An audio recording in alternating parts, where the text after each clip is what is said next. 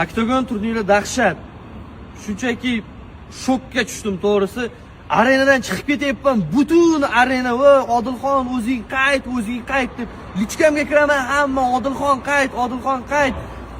Men kommentga kiraman, hamma. To'g'risi men bu darajada odamlar podeshkasini kutmagandim. Men ko'p narsa so'ramayapman.